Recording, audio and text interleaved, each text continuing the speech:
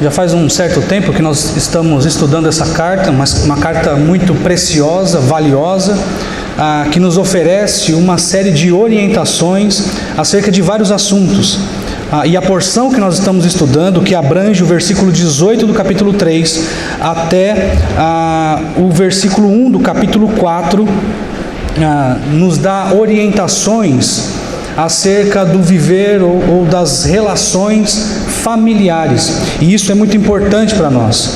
Eu quero lembrar os irmãos, trazer à memória dos irmãos que a igreja de Colossos estava passando por uma situação bastante difícil, digamos assim, em virtude de uma heresia chamada heresia colossense, ou heresia de Colossos, que nada mais era do que um proto-gnosticismo, um gnosticismo nascente.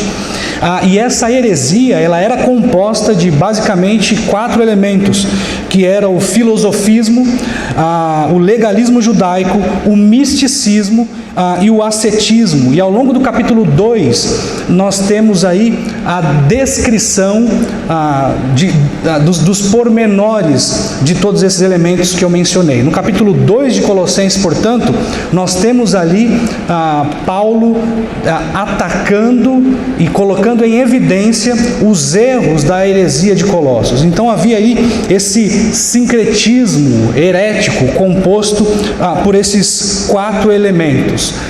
E esses 4 elementos, portanto, que formavam a heresia colossense, não dizia respeito ou não afetava somente a compreensão e, portanto, somente o modo de ver as coisas. Algo que se reservasse ali, eventualmente, em questões intelectuais apenas. A heresia de Colossos afetava diretamente, frontalmente, as questões práticas da vida. De maneira que muitos irmãos ali estavam sendo afetados em vários campos, inclusive no campo dos relacionamentos. E quando nós chegamos, portanto, no capítulo 3, Paulo passa a dar orientações práticas para que aqueles irmãos soubessem como viver a sua vida cristã, rejeitando, portanto, a heresia colossense. E logo no comecinho do capítulo 3, acompanhe aí comigo, a partir do versículo 12, Paulo ele trata acerca de algumas questões importantes acerca do relacionamento que deveria existir, que deveria haver, como os irmãos dentro da comunidade dos santos deveriam se relacionar uns com os outros. No versículo 2 ele diz: revesti-vos, pois, como eleitos de Deus, santos e amados, de ternos afetos, de misericórdia, de bondade. Versículo 13 ele diz: suportai-vos uns aos outros. Isso tudo dentro da comunidade da fé. Ou seja, Paulo dá orientações práticas acerca de como os irmãos de Colossos deveriam viver entre eles. Isso porque essa orientação é muito importante. Nós devemos ter em mente aqui que quando Paulo inicia o capítulo 3, especialmente o versículo 12 aqui, Paulo não está mudando de assunto, como se estivesse dando uma pausa do que ele iniciou aí no capítulo 1 e no capítulo 2, e então iniciando algo que não tem conexão alguma com o que ele disse. Muito pelo contrário, meus irmãos, nós devemos aqui, não pode escapar da nossa compreensão que essa heresia fazia com que as pessoas que fossem adeptas a ela se tornassem pessoas arrogantes, pessoas falsas, pessoas mentirosas, pessoas que tinham uma certa aparência de humildade, mas que na verdade não era bem assim. Basta olhar o capítulo 2, aí versículo 23, veja o que Paulo diz: tais coisas com efeito. Vamos ler a partir do versículo 20, é bastante interessante esse parágrafo aqui. No versículo 20 diz assim, do capítulo 2: se morrestes com Cristo para o rudimento do mundo, por que, como se vivesseis no mundo, vos sujeitais a ordenâncias? Que ordenâncias são essas? Ele diz no versículo 21, não manuseie isso, não proves aquilo, não toques aquilo outro, segundo os preceitos e doutrina dos homens. Pois que todas estas coisas com o uso se destroem. Aí vem o versículo 23 e o efeito de toda essa mentira na vida das pessoas. Tais coisas com efeito têm aparência de sabedoria, como culto a si mesmo, e de falsa humildade, e de rigor ascético. Todavia, não tem valor algum contra a sensualidade. Os adeptos, portanto, da heresia de Colossos tendiam a ser pessoas falsas. Pessoas que tinham ali uma falsa humildade. Irmãos, e não tem como. Pessoas que vivem dessa forma têm os seus relacionamentos afetados. Pessoas mentirosas, pessoas que têm uma falsa humildade. Ontem aqui, na reunião das Belas, nós falamos sobre a questão da humildade. E pessoas que no convívio cristão não são verdadeiramente humildes, não são autenticamente verdadeiras, essas pessoas tendem a ter o seu relacionamento afetado por essas questões. É por isso que Paulo então passa a dar orientações para os irmãos da igreja de Colossos. Mas Paulo ele não se limita a isso. Paulo não tem interesse em tratar apenas das questões relativas à comunidade da fé, à igreja em si. Paulo ele entra na casa dos colossenses. Paulo entra na nossa casa. E ele oferece então algumas regras que Martinho Lutero chamaria de Haustafel. É uma palavra alemã, então possivelmente, com toda certeza, a minha pronúncia está errada. A palavra é Haustafel. Eu não sei se está certo. Eu coloquei lá para ouvir. Sabe quando você tem essa opção, né? Eu coloquei lá para ouvir, eu fiquei ouvindo, mas alemão, gente, não é fácil não. Haustafel, vamos assumir que essa é a pronúncia correta e que eu sou um exímio falador da língua alemã. Mas o que é essa palavrinha? O que significa essa palavrinha? É regras da casa ou regras domésticas. Paulo então entra na casa dos colossenses e oferece então e passa a apresentar então algumas regras domésticas, as regras da casa. E aí nós chegamos no versículo 18 do capítulo 3. E Paulo passa a oferecer então, passa a apresentar então quais seriam essas regras. E algo importante de se dizer aqui, irmãos, é que naquela época, essas regras, embora existissem algumas regras ali naquela época, regras comuns da sociedade que envolvia esse relacionamento entre os cônjuges e os filhos e os seus entre senhores e servos, embora houvessem essas regras, uma regra geral, o ponto é que o cristianismo, as regras que Paulo oferece, elas são extremamente desafiadoras. E por que são desafiadoras? Porque ela tem um tom de reciprocidade. Naquela época, os senhores, os maridos, os pais, os mestres, né, pensando aqui nos senhores, eles não estavam habituados a receber esse tipo de orientação com um tom, uma coloração de reciprocidade. Mas Paulo, ele quebra esse tabu e revoluciona essa mentalidade equivocada que havia aí nas relações entre marido e esposa, pai e filhos, e mestre ou senhores e servos. E acompanha aí, eu estou apenas fazendo aqui um panorama geral até nós chegarmos no ponto do nosso estudo de hoje. E ele chega no versículo 18 então, e ele olha para as esposas e diz: esposas, sede submissa aos seus maridos. No versículo 19, aí vem esse tom desafiador, esse tom com coloração de reciprocidade. Ele diz: maridos, vocês devem amar as vossas esposas. Isso é um choque. Os maridos, eles não estavam habituados a olhar para suas esposas e amá-las da forma como Paulo apresenta aqui. Você deve amar a sua esposa. Em Efésios ele vai dizer, você deve amar as suas esposas como Cristo amou a igreja. E aqui ele diz, ele acrescenta, e você não deve tratar ela com amargura, você não deve afetar a sua esposa, você não deve tratar mal, prejudicar a sua esposa. E meus irmãos, para um marido aqui do século I, isso era um verdadeiro choque.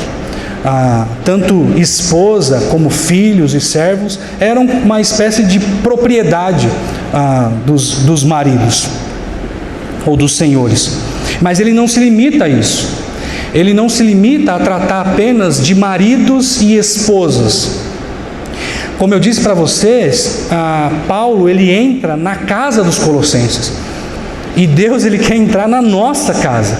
E Ele quer dar orientações gerais para a gente, e orientações desafiadoras, não somente no nosso trato com o nosso cônjuge, mas Ele quer dar orientações acerca de como deve ser também o nosso convívio e o nosso relacionamento entre nós e os nossos filhos. E no versículo 20 ele diz, olhando para os filhos: filhos, em tudo obedecei a vossos pais, pois fazê-lo é grato diante do Senhor. E mais uma vez o tom de reciprocidade que nós vemos aqui no versículo 21. E pais, vocês pais, que estão numa sociedade, eu estou aqui tentando pensar com a cabeça de Paulo, vocês pais que estão numa sociedade onde suas esposas e seus filhos são espécies de propriedade suas, vocês precisam acabar com essa mentalidade, e vocês devem olhar para os seus filhos e tratá-los com cuidado. Vocês não devem irritar os seus filhos, vocês não devem aborrecer os seus filhos. Então notem, meus irmãos, o tom, o caráter desafiador das orientações de Paulo à igreja de Colossos. Quando as orientações, isso é geral, né? Quando as orientações elas são orientações gerais, elas são desafiadoras, mas nem tanto. Agora, quando as orientações dizem respeito à nossa casa, aí a coisa muda de figura. Quando as orientações têm a chave da porta da nossa casa e ela entra e ela fala assim: olha, você tem que se comportar assim. Especialmente para nós homens, maridos, isso é extremamente desafiador. Porque não existe nada de mais valor do que a nossa família, do que isso para nós, né? Do que a nossa casa. E quando alguém entra na nossa casa e diz: você deve se comportar desse jeito, isso é chocante para nós. Mas é o que Paulo faz aqui conosco, é o que Deus, por meio de Paulo, faz aqui conosco. Ele apresenta as regras de relacionamento dentro da nossa casa, invade a nossa casa e diz: é assim que eu quero que você se comporte, é assim que eu quero que você trate a sua esposa, é assim, esposa, que eu quero que você trate o seu marido, é assim, filhos, que vocês devem tratar os seus pais e se relacionar com eles, e é assim, pais, que vocês devem se relacionar com os seus filhos. Naquela época era comum também, nessa composição familiar, estarem os servos. Isso era muito comum. É por isso que Paulo, nessa seção aqui, ele inclui também os servos, porque numa casa era comum que houvessem servos. E os servos fazia parte ali do convívio familiar, fazia parte da família. Então Paulo, ele reúne tudo. Paulo entra aqui em tudo. Paulo se intromete aqui, se é que podemos usar isso, em absolutamente tudo, todas as relações aqui. Todas as relações. E ele olha para os servos e concentra a sua atenção de maneira mais focal, digamos assim, tanto que a partir do versículo 22 até o versículo 24, 25, nós temos orientações somente para os servos. Isso porque possivelmente havia ali na igreja de Colossos uma maioria composta de escravos. A sociedade ali, no geral, em sua maioria esmagadora, era composta por servos, por escravos, de maneira que havia um clima de muita instabilidade ou medo por parte de alguns de que houvesse uma grande rebelião ali. Porque os escravos era de fato uma grande maioria. Então Paulo olha para os servos e diz: e vocês, servos, vocês também devem obedecer em tudo os vossos senhores. E passa então a dar uma série de orientações aos servos, até que finalmente nós chegamos no capítulo 4, no versículo 1. O ideal mesmo era que o versículo 1 do capítulo 4 fosse, na verdade, o versículo 26 do capítulo 3, porque Paulo, ele não encerrou ainda nos servos, ele continua as suas orientações aos senhores agora.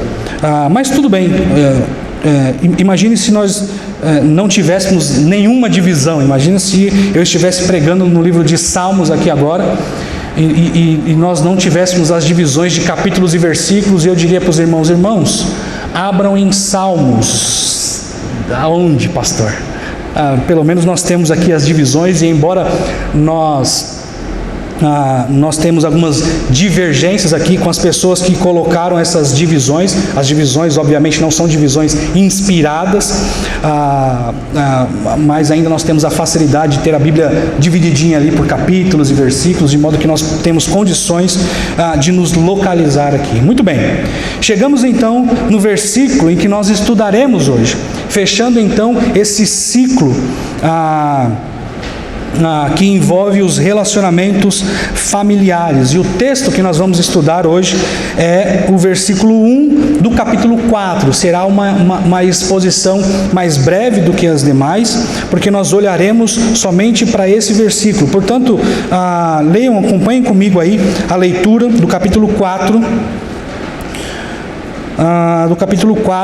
no versículo 1, que diz o seguinte: Senhores, tratai os servos com justiça e com equidade, certos de que também vós tendes Senhor no céu. Para os irmãos que gostam de anotar aí, a nossa mensagem central diz o seguinte: aqueles que nasceram de novo constroem seus relacionamentos sob o senhorio de Cristo. Eu vou repetir: aqueles que nasceram de novo constroem seus relacionamentos sobre o senhorio de Cristo. E essa é a mensagem central, que envolve capítulo 3, versículo 18, até o capítulo 4, versículo 1. E nós vamos ver aí duas características encontradas nos senhores tementes a Deus. Duas características que nós devemos encontrar naqueles senhores que nasceram de novo. As orientações aqui são orientações para o povo de Deus. E é por isso que as orientações são elevadas e são desafiadoras, porque o nosso padrão, meus irmãos, a nossa métrica não é encontrada, não existe um paralelo com as coisas desse mundo. O nosso padrão é o próprio Deus, é o próprio Senhor Jesus. Portanto, quando nós olhamos para as orientações que nós encontramos aqui nessa porção e ao longo de toda a Bíblia, nós devemos pensar que estamos sendo desafiados a seguir um padrão elevado, porque os padrões do nosso Deus é elevado. E é por isso que o povo de Deus tem que ser um povo excelente nas suas práticas. Porque o nosso Deus é um Deus excelente em questões questões de ordem moral. E nós devemos também ser pessoas excelentes nesse campo. Mas muito bem, qual é então a primeira característica que nós devemos encontrar nos senhores tementes a Deus. A primeira característica é a justiça. A parte A do versículo diz assim: Senhores, tratai os servos com justiça e equidade. Nós devemos, antes de mais nada, olhar para o versículo 25 do capítulo 3, porque é lá onde Paulo começa a fazer as suas advertências aos senhores. No versículo 25, ele prepara o terreno para a exortação que vai acontecer no versículo 1 do capítulo 4. E o versículo 25 diz o seguinte: pois aquele que faz injustiça, Paulo está olhando para os servos e dizendo para os servos: olha, servos, olha, escravos, aqueles que faz injustiça receberá em troco a injustiça feita. E nisso não há acepção de pessoas. O que Paulo inicia no versículo 5, que atinge os senhores, diz o seguinte: olha, se vocês estão sendo maltratados, se vocês estão sendo injuriados, saiba que essas pessoas que te afetam, essas pessoas que te maltratam, essas pessoas receberão a paga, o devido pagamento pelo mal que estão fazendo com vocês. E quanto a isso, Paulo diz, não há acepção de pessoas, de maneira que até vocês, servos, se vocês não seguirem as orientações que eu estou te dando, que nós vemos aí no versículo 22, versículo 23 e versículo 24, se vocês também não seguirem essas orientações, vocês, assim como os seus senhores, receberão a paga pelo mau comportamento de vocês. O nosso Deus não faz acepção de pessoas nem no campo do seu juízo. Portanto, se você faz o bem, você receberá a paga por isso, Paulo dizendo. E se você faz o mal, você receberá também a paga por isso. Justiça. Essa então é a palavra, ou é a característica que nós devemos encontrar nos senhores que nasceram de novo. E aqui vale uma observação. Os senhores, como eu disse para os irmãos, havia regras gerais no que diz respeito ao trato dos senhores com os seus servos. Havia regras gerais ali. Por exemplo, havia uma regra que os senhores não poderiam castrar os seus servos, porque acreditem, havia senhores que castravam os seus escravos, os seus servos. Então havia uma regra de que isso não poderia acontecer. Havia uma outra regra, por exemplo, de que os senhores não poderiam colocar os seus servos para lutar com as feras sem uma devida permissão do magistrado. Então notem que havia regras. Isso é meio chocante para nós, e era chocante para Paulo também. Isso não diz respeito somente à nossa época, isso não fere somente os nossos escrúpulos, isso afetava também os escrúpulos do apóstolo Paulo. Mas o apóstolo Paulo, meus irmãos, mesmo sabendo dessas coisas, e mesmo possivelmente não sendo totalmente favorável à escravidão, o método que Paulo usa não é um método revolucionário em termos de organização social. Se Paulo quisesse fazer isso, Paulo estava com a faca e com o queijo na mão. Paulo era um líder influente. Havia pessoas que ouviam e davam ouvido e crédito ao apóstolo Paulo. E a grande maioria da população era composta por escravos. Se Paulo quisesse causar uma revolução social, ele poderia muito bem usar esses elementos que ele tinha nas mãos e propor uma revolução. Ele poderia formar ali um sindicato, dos escravos. Ele poderia chamar aquelas pessoas e dizer companheiros. A provocação foi direta agora, né? Mas enfim, ele poderia fazer isso, mas o apóstolo Paulo, ele diz, ele toma outra via. E ele toma uma via pacífica, uma via que passa pela sujeição, obediência e justiça. Esse é o modus operandi do apóstolo Paulo, e ele faz isso porque ele não quer, em hipótese alguma, confundir as coisas e comprometer a propagação, a divulgação do Evangelho. Portanto, ele dá uma série de orientações para os senhores, e Pedro também faz o mesmo. Pedro diz, olha, vocês têm que ser submissos aos seus senhores, não só quando ele for cordato, mas também quando ele for perverso com você. Então nós temos essas orientações aí aos servos, e Paulo, pensando nisso, pensando na propagação, na divulgação, na expansão do Evangelho, ele olha para os senhores e diz, senhores, vocês devem tratar os seus servos com justiça.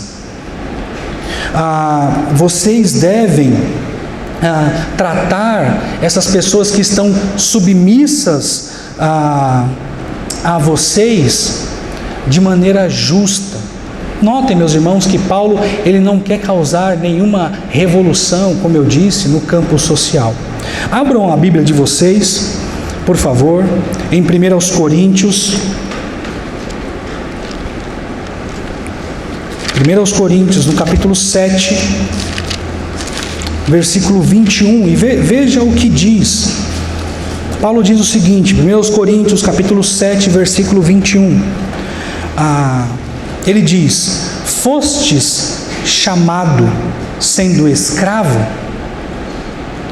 Então faça uma rebelião, faça uma revolução. Não, pelo contrário, ele diz, olha, se vocês foram chamados sendo escravos, não se preocupem com isso. Não se sintam afetados, injustiçados pelo fato de vocês terem sido chamados sendo escravos. Não te preocupes com isso, mas se ainda pode tornar-te livre, aproveita a oportunidade. Paulo diz, olha, se você foi chamado sendo escravo, não se perturbe. Mas se por acaso você tem a condição, a possibilidade de mudar de vida, aproveite essa oportunidade. Nota então que Paulo, ele tem um certo tato quando vai tratar dessas questões aí, questões sociais, de estrutura, da estrutura social. Paulo não quer mudar o status quo da sociedade. O que Paulo quer é fazer com que o Evangelho cresça, que o Evangelho se expanda. E o que é então tratar, o que seria então tratar os servos com justiça? Eu disse para vocês que a primeira característica que nós temos que encontrar nos senhores que nasceram de novo diz respeito à sua justiça. Nós deveríamos olhar para os servos, para os senhores que nasceram de novo e encontrar ali no trato com os seus servos justiça. Muito bem, haviam escravos ali que nem sequer eram remunerados. Haviam escravos que trabalhavam ali sem receber nenhum pagamento pelo serviço que prestavam. Então, possivelmente, tratar o servo com justiça seria oferecer a ele uma remuneração honesta. E aqueles servos que recebiam pouquíssimos, irmãos. Muito pouco. Alguns se utilizavam desse pagamento que recebiam, que já era pouco, e tentavam juntar ali para comprar a sua liberdade. Outros servos, para ter a sua liberdade, ofereciam os seus filhos como garantia de que poderiam aí obter a sua liberdade. Então, tratar com justiça, possivelmente, seria remunerar adequadamente os seus escravos. Outro tratamento que expressaria justiça era não ser agressivo, disciplinando severamente os seus escravos. Como eu disse para vocês, os senhores enxergavam os escravos como propriedades, de maneira que era muito comum eles serem extremamente cruéis no trato com os seus escravos. Isso envolvia xingamentos, torturas e até violência sexual. Isso acontecia na relação dos servos com os seus escravos. E Paulo diz: não, vocês devem tratar eles com justiça, vocês devem ser justos no trato com eles. Notem, meus irmãos, que grande quebra de paradigma, não é mesmo?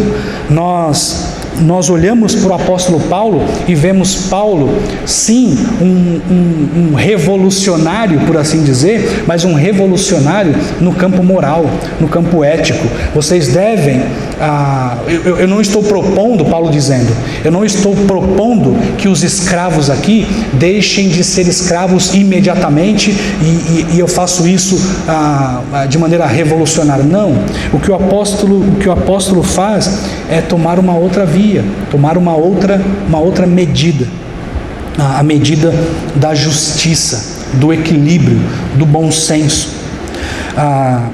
Abram a Bíblia de vocês, por favor, em Efésios, no capítulo 6, versículo 9.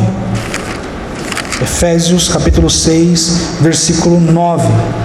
Paulo, nesse texto aqui, também dá orientações aos senhores. E ele diz: e vós, senhores, de igual modo procedei com eles. Depois de dar as orientações aos escravos, Paulo olha para os senhores e diz: e vós, senhores, de igual modo procedei para com eles, deixando as ameaças.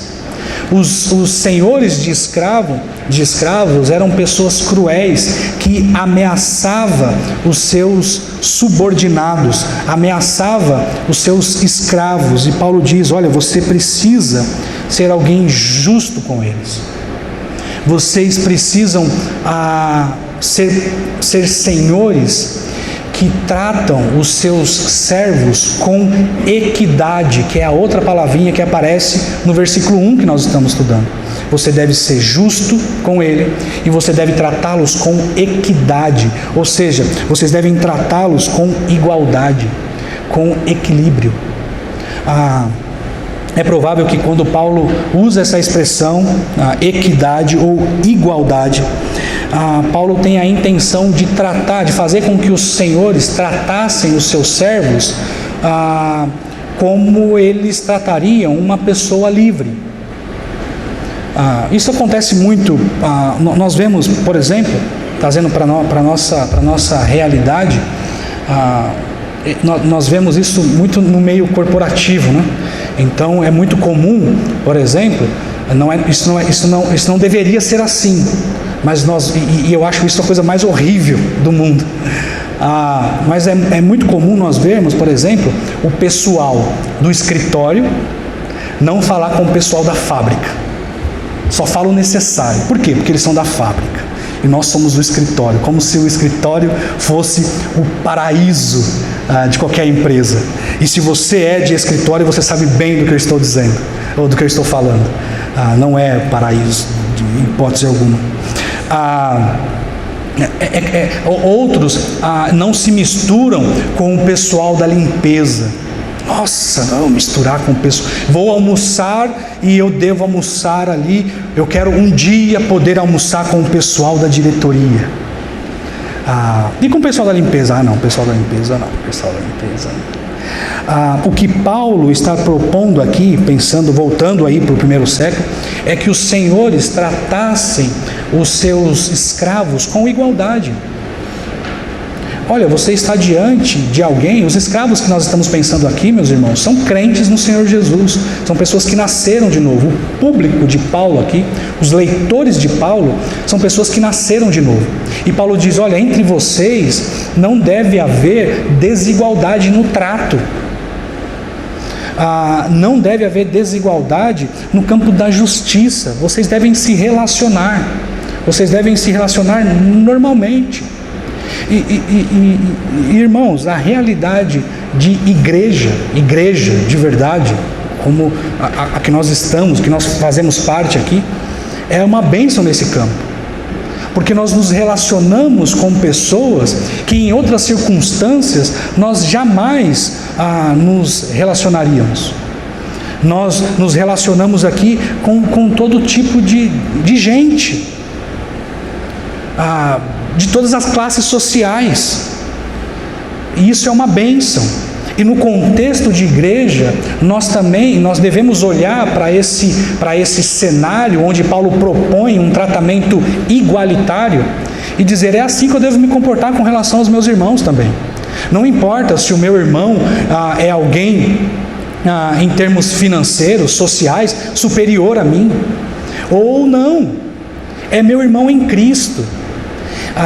Ontem nós estávamos estudando nas Belas e nós aprendemos, nós estudamos Filipenses capítulo 2, do 1 ao 4, e nós vemos ali Paulo exortando a querida igreja de Filipos, no sentido de que deveria haver ali uma humildade que espelhasse a humildade que é vista em Cristo, em seus relacionamentos, de maneira que as pessoas deveriam considerar uns aos outros superiores a si mesmo. E Paulo não fala: você não deve considerar superior a si mesmo somente os empresários, somente os chefes. Não, você deve olhar para o irmão humilde e dizer: eu sou servo daquele irmão humilde, eu sou servo dele, eu sou um servo dos servos de Deus. É assim que nós devemos pensar, é assim que nós devemos olhar para o campo aí dos relacionamentos aqui dentro da igreja. E Paulo faz isso nas relações entre servos e senhores, entre senhores e servos. Portanto, deveria haver esse tratamento igualitário. Portanto, o tratamento deveria ser com justiça e com equidade. Algo importante de ser dito aqui, para que não haja nada subentendido, é que essa luta por igualdade que nós vemos nesse texto não se trata de uma equiparação de plenitude de poder. Deixa eu explicar.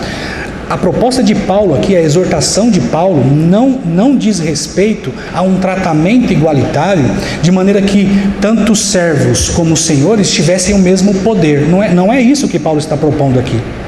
Porque se Paulo estivesse propondo isso, ele diria: olha, vamos ter que mudar esse negócio aqui, escravos não vão ser mais escravos, e nós vamos dividir tudo igualzinho aqui para todo mundo, e não vai haver mais diferença social. É todo mundo chefe agora. Para quem leu Revolução dos Bichos, o pastor Marcos uma vez fez a indicação desse livro que eu não tinha lido, e aí eu li. E quando eu cheguei no final do livro, eu falei: meu Deus, eu fiquei perturbado aquela noite. Eu terminei de ler, já era próximo da madrugada. Eu não sei quantos de vocês já leram esse livro, A Revolução dos Bichos. É um livro excepcional. E eu não consegui dormir. Eu fiquei pensando: meu Deus, aquilo me perturbou. Eu não quero falar. Eu quero falar, mas não vou falar.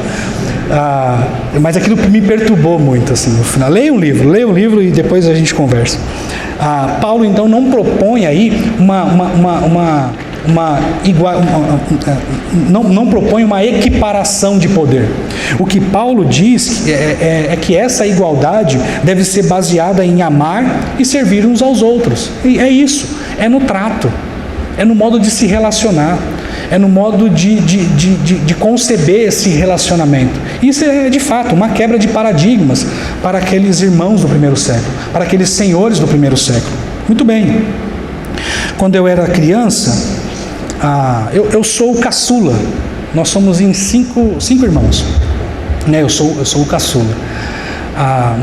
São 3 mulheres e um irmão, que é mais, né, portanto, mais velho do que eu, já que eu sou o caçula.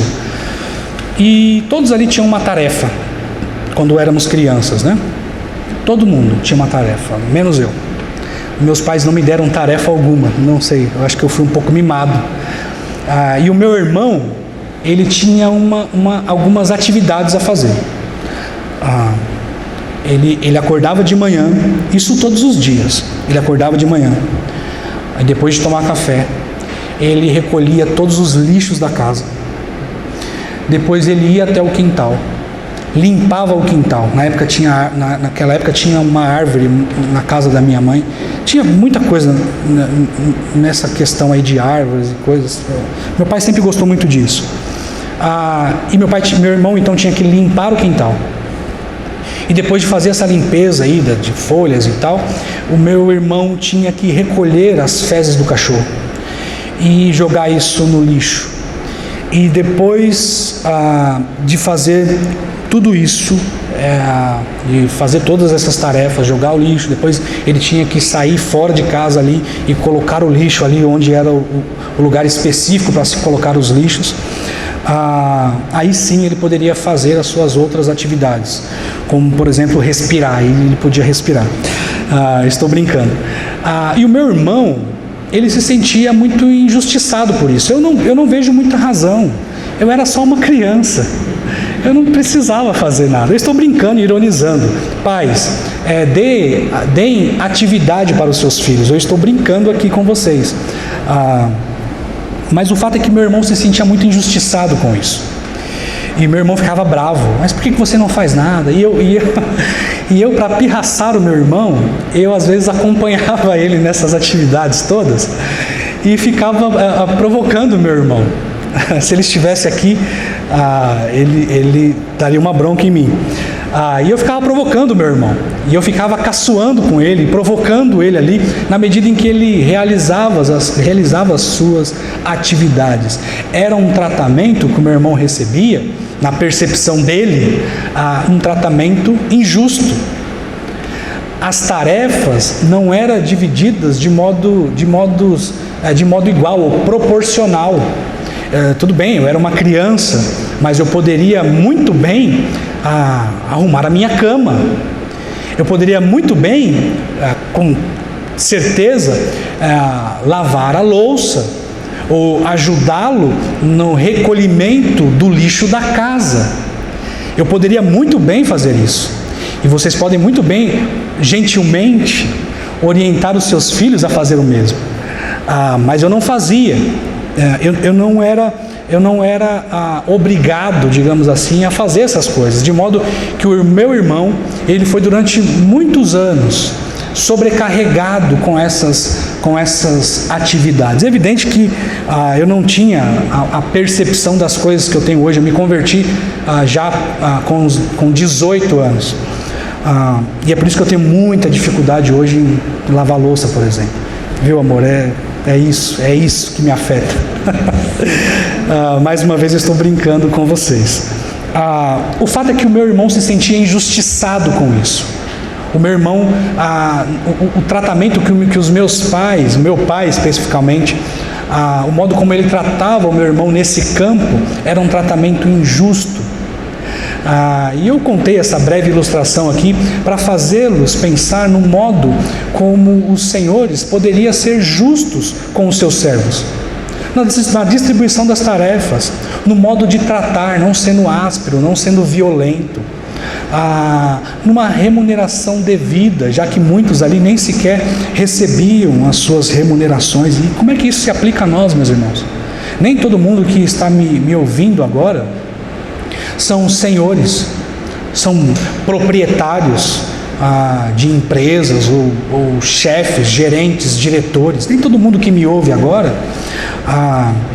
são pessoas que atuam dessa maneira. Mas se você é uma pessoa que atua dessa maneira, saiba que o seu relacionamento, o modo como você trata os seus subordinados, deve ser um tratamento justo, igualitário. É claro, meus irmãos, que existem diferenças, né? Algumas diferenças. Se eu produzo mais e melhor, eu devo ser remunerado mais por isso. E você sabe, quando você é chefe numa empresa, por exemplo, você sabe muito bem quem são aqueles que produzem mais. E vocês devem olhar para aqueles que produzem mais e dizer: olha, esse aqui, ele merece ganhar mais, receber mais. por favor, não me entendam mal.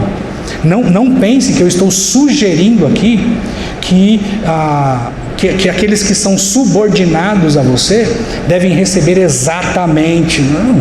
Isso é uma avaliação que cada um tem que fazer com base no que aquela pessoa, aquele subordinado produz. Se eu produzo mais, eu recebo mais. Isso é normal, é natural que seja assim. Para que não crie um ambiente onde pessoas que não produzem absolutamente nada recebam por aquilo que não produziu. Não é disso que eu estou falando, mas o que eu estou propondo, que é o que o apóstolo Paulo propõe aqui, é que haja um tratamento justo, justiça, e isso deve permear o nosso modo de relacionar com aquelas pessoas que são subordinadas a nós. Mas em alguma medida, meus irmãos, cada um de nós aqui temos pessoas que respondem para nós em alguma medida. Quando você contrata um pedreiro, por exemplo, saiba que aquela pessoa é subordinada a você em alguma medida. De modo que você também deve tratá-lo com justiça e igualdade. Se é um pedreiro excepcional, um marceneiro excepcional, eu não sei quais são os serviços que vocês têm contratado, mas o fato é que vocês devem tratá-lo com justiça, não pagando mais do que ele merece e nem menos, é sendo justo. Irmãos,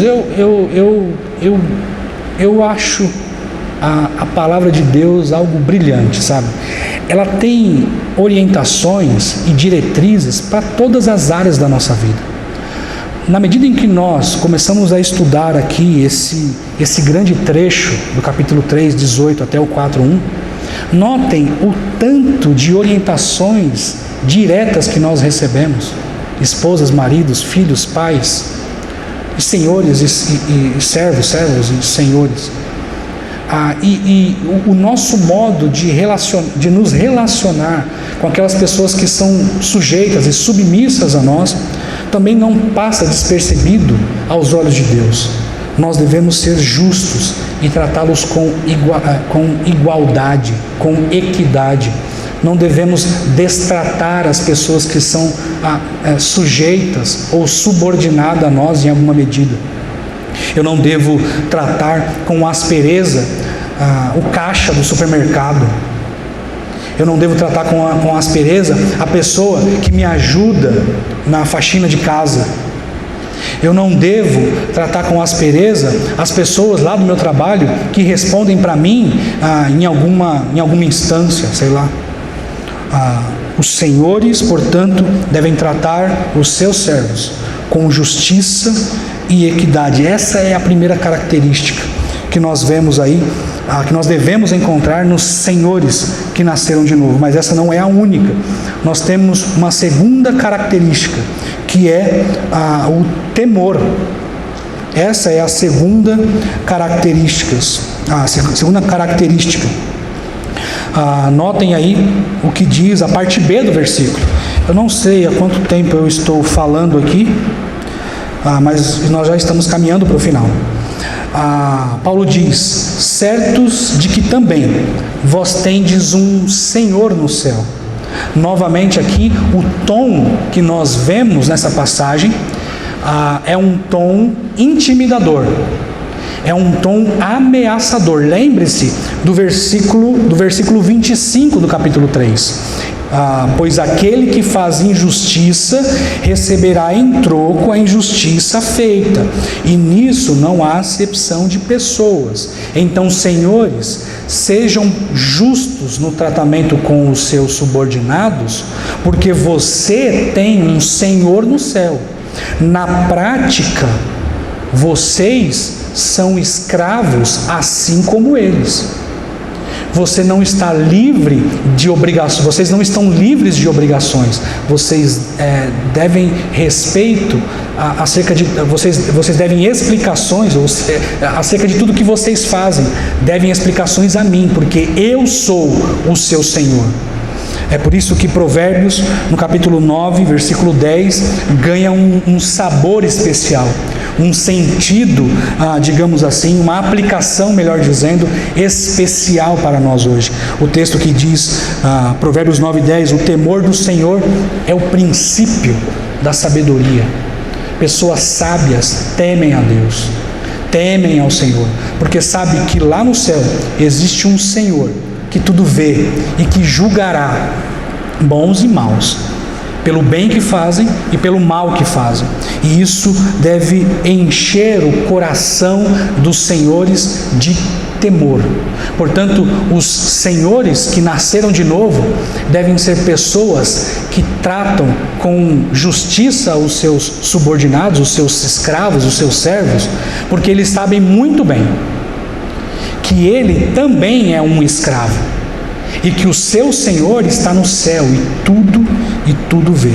A heresia de Colossos, meus irmãos, buscava afetar ou afetava diretamente várias doutrinas centrais, doutrinas cristãs centrais, como por exemplo a cristologia, colocando em xeque aí o senhorio de Cristo. E o apóstolo Paulo repisa essa questão com muita frequência. Ele diz para os escravos, por exemplo, que eles têm um senhor e que eles devem trabalhar com dedicação, independente se os seus senhores aqui da terra estão vendo ou não. Eles devem trabalhar com dedicação, sabendo que o Senhor deles, tudo vê. E de igual modo, os senhores aqui deveriam agir da forma como nós estamos dizendo aqui, com justiça, porque eles também eram escravos de um senhor. Notem que o tema senhorio de Cristo é repisado pelo apóstolo Paulo, e ele não faz isso sem motivo. Ele quer, evidentemente, atacar a heresia de Colossos, e ele faz isso de maneira excepcional, de maneira brilhante. Ele diz que há um Senhor todo-poderoso, um Senhor que tudo vê. O Salmo 139 é um salmo muito bonito, né? É um salmo que revelam aí alguns atributos de Deus, e nós gostamos muito desse salmo, é geral isso, né? Todos gostam do Salmo 139, mas é um salmo que deve nos encher de temor também.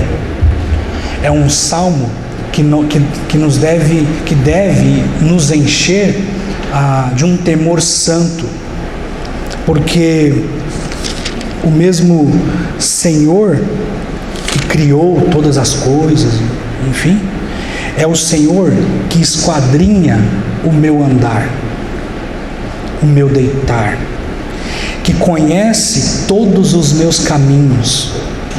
O salmista diz: para onde me ausentarei do teu espírito? No versículo 8 ele diz: se subo aos céus, lá estás. Se faço a minha cama no mais profundo no abismo, lá estás também.